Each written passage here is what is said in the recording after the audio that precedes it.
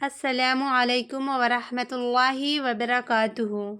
امید ہے کہ آپ سب خیریت سے ہوں گے۔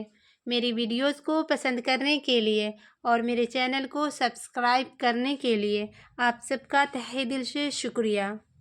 حضرت ابو ہریرہ رضی اللہ عنہ سے روایت ہے کہ رسول اللہ صلی اللہ علیہ وسلم نے ارشاد فرمایا، نماز کے 3 حصے ہیں، یعنی نماز کا پورا ثواب ان 3 حصوں کے صحیح ادا کرنے پر ملتا ہے۔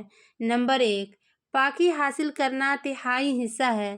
نمبر 2، رکوع 1/3 حصہ ہے۔ اور نمبر 3، سجدہ 1/3 حصہ ہے۔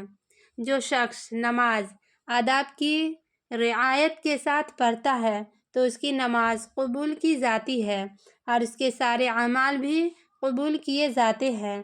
جس کی نماز صحیح نہ پڑھنے کی وجہ سے قبول نہیں ہوتی، اس کے دوسرے اعمال بھی قبول نہیں ہوتے۔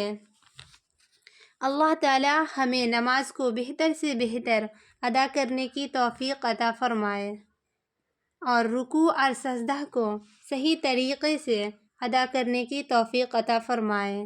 اللہ تعالی ہم سب کو ہر پریشانی سے دور فرمائے۔